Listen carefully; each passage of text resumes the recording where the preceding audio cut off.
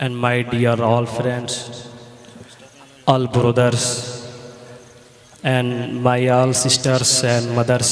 Assalamu alaikum wa rahmatullahi ta'ala wa barakatuh.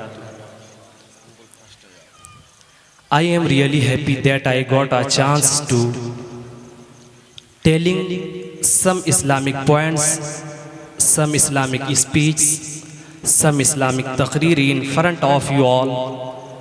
Hence my taqreer, my Islamic points, my speech is at your disposal, and I am starting on here.